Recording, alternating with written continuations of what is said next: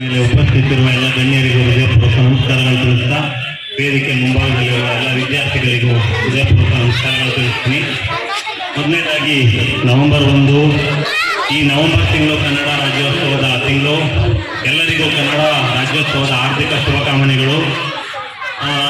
ಕನ್ನಡ ಅಂದರೆ ನಮಗೆ ಒಂಥರ ಜೀವ ಭಾಷೆ. ಕನ್ನಡ ಭಾಷೆ ಭಾಷೆಗಳ ರಾಣಿ ಅಂತ ಕರೀತಾರೆ.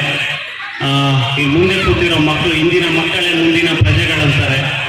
ನೀವೆಲ್ಲ ಮುಂದಿನ ಪ್ರಜೆಗಳು.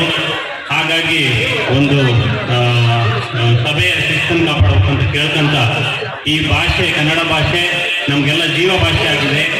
ಇದು 27 ಇಡೀ ಪ್ರಪಂಚದಲ್ಲಿ 27 ಭಾಷೆಗಳು ಹೆಚ್ಚು ಮಾತಾಡುವ ಭಾಷೆಗಳ ರಾಷ್ಟ್ರದಲ್ಲಿ 27ನೇ ಸ್ಥಾನವನ್ನು ಪಡೆದಿದೆ. ಸುಮಾರು 5 ಕೋಟಿಗಿಂತ ಹೆಚ್ಚು ಜನ ಕನ್ನಡವನ್ನು ಮಾತಾಡ್ತಾರೆ.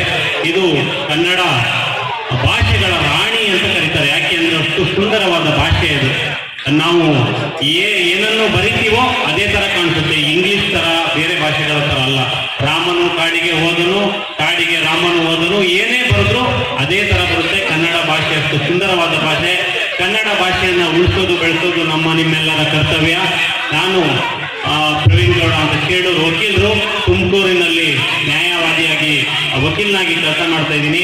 ಇಂದು ಕನ್ನಡ ಸರ್ವೆ ಕರ್ನಾಟಕ ರಕ್ಷಣಾ ವೇದಿಕೆಯವರು ಗೋವಿಂದಕೆರೆ ಒಂದು ಉಚಿತ ಆರೋಗ್ಯ ಶಿಬಿರವನ್ನು ಮಾಡಿದ್ದೀರಾ.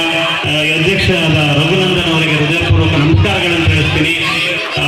ಮೊದಲು ಕನ್ನಡ ಭಾಷೆಯ ಏನೇ ಒಂದು ಹೋರಾಟ ಅಂತ ಬಂದ್ರೆ ಒದೆ ತಿನ್ನೋದು, ಪೊಲೀಸರು ಹೊಡೆತ ತಿನ್ನೋದಾಗ್ಲಿ, ಗಲಾಟೆ ಮಾಡೋದಾಗ್ಲಿ ರಕ್ಷಣಾ ವೇದಿಕೆಯವರು ಮುಂದಿರ್ತಾರೆ. ನಾವು ಹಲವಾರು ಬಾರಿ ಅವರಿಗೆ ನ್ಯಾಯಾಲಯದಲ್ಲಿ ವಕಾಲತ್ತನ್ನು ಹಾಕ್ತೀವಿ. ನಿಮ್ಮ ಹೋರಾಟ ಹೀಗೆ ಇರಲಿ. ಕನ್ನಡ ನಡೆ ಈ ನುಡಿ ಏನಾಗಿದೆ ಇವತ್ತು ಬೇರೆ ಭಾಷೆಗಳ ಹಾವಳಿಯಿಂದ ಕನ್ನಡ ಆಗಿದೆ. ಕನ್ನಡ ಭಾಷೆಗೆ 8 ಜ್ಞಾನಪೀಠ ಪ್ರಶಸ್ತಿಗಳು ಬಂದಿದ್ದಾವೆ. ಜ್ಞಾನಪೀಠ ಪ್ರಶಸ್ತಿಗಳನ್ನ ಬರೋದು ಅತ್ಯಂತ ಕಷ್ಟಕರವಾದದ್ದು. ಕರ್ನಾಟಕದಲ್ಲಿ ಕನ್ನಡಿಗನೇ ಸಾರ್ವಭೌಮ. ಇಂದಿನ ಮಕ್ಕಳು ನೀವೆಲ್ಲ ಮುಂದಿನ ಪ್ರಜೆಗಳು.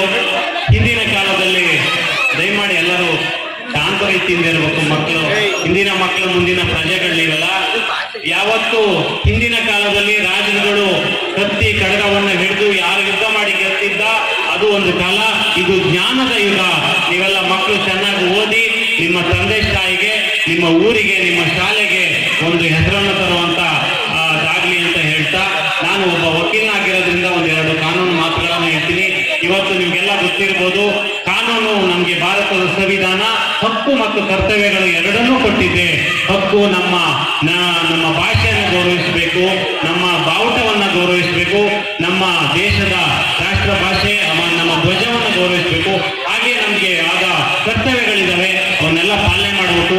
ಗುರು ಹಿರಿಯರಿಗೆ ಗೌರವಿಸುವಂಥದ್ದು, ಮತ್ತೆ ಸಮಾಜದಲ್ಲಿ ಸಂವಿಧಾನದಲ್ಲಿ ಏನು ನಮಗೆ ಕಟ್ಟಳೆಗಳಿದ್ದಾವೆ, ವಾಕ್ ಸ್ವಾತಂತ್ರ್ಯ ಇದೆ, ಅದನ್ನ ಮಿತವಾಗಿ ಬಳಸಬೇಕು. ಯಾರಿಗೆ ನೋವು ಮಾಡದಂತೆ ನಾವು ಚೆನ್ನಾಗಿ ಓದಿ, ಸರ್ಕಾರಿ ಶಾಲೆ ಅಂದ್ರೆ ನಾವೆಲ್ಲ ಸರ್ಕಾರಿ ಶಾಲೆಯಲ್ಲೇ ಓದೋರು. ಹಾಗಾಗಿ ಇವತ್ತು 3 ಡಿಗ್ರಿ ಮಾಡ್ಕೊಂಡು ಹೈಕೋರ್ಟ್ ಲಾಯರ್ ಆಗಿ, ಆಮೇಲೆ ಇವತ್ತು ತುಮಕೂರು ನ್ಯಾಯಾಲಯದಲ್ಲಿ ವಕೀಲನಾಗಿ ಕೆಲಸ ಮಾಡ್ತಾ ಇದ್ದೀವಿ. ನನ್ನ ಸೌಭಾಗ್ಯ ಇವತ್ತು ಕರ್ನಾಟಕ ರಕ್ಷಣಾ ವೇದಿಕೆ ಗೋವಿಂದಕೆರೆಯವರು ಕರೆದು ನೀವು ಬರಬೇಕು ಅಂತ ನಮ್ಮನ್ನ ಇದು ಮಾಡಿದ್ದಕ್ಕೆ ನಿಮಗೆಲ್ಲ ಹೃದಯಪೂರ್ವಕ ನಮಸ್ಕಾರಗಳು. ಹೆಚ್ಚಿಗೆ ರಾಜಕಾರಣಿಗಳ ತರ ಹೆಚ್ಚಿಗೆ ಸಮಯ ತಗೊಳಲ್ಲ. ನಿಮ್ಗೆಲ್ಲ ಒಳ್ಳೇದಾಗ್ಲಿ. ಸರ್ವೇ ಜನ ಸುಖಿನೋ ಬಂತು, ಸಮಸ್ತೋ ಲೋಕ ಸುಮಿಸ್ತೋ ಅಂತ ಹೇಳ್ತಾ, ಜೈ ಕರ್ನಾಟಕ, ಜೈ ಕನ್ನಡಾಂಬೆ ಅಂತ ಹೇಳ್ತಾ ನನ್ನ 2 ಕೊರಟಗೆರೆಯಲ್ಲೂ ಕೂಡ ನಮ್ಮ ಸಂಸ್ಥೆಯನ್ನ ನಾವು ಮುಂದುವರೆದ ಭಾಗವಾಗಿ ಮಾಡ್ಕೊಂಡಿದ್ದೀವಿ. ಕೊರಟಗೆರೆ ತಾಲೂಕಿನ ಅಧ್ಯಕ್ಷರಾಗಿ ಶ್ರೀ ರಘುನಂದನ್ TR ಅವರು ಕೊರಟಗೆರೆ ಅವರು ಇದಾಗಿದ್ದಾರೆ. ಅವರು ನಮ್ಮ ಮಾನವ ಹಕ್ಕುಗಳ ಬಗ್ಗೆ ಹೋರಾಟ ಮಾಡಲಿ.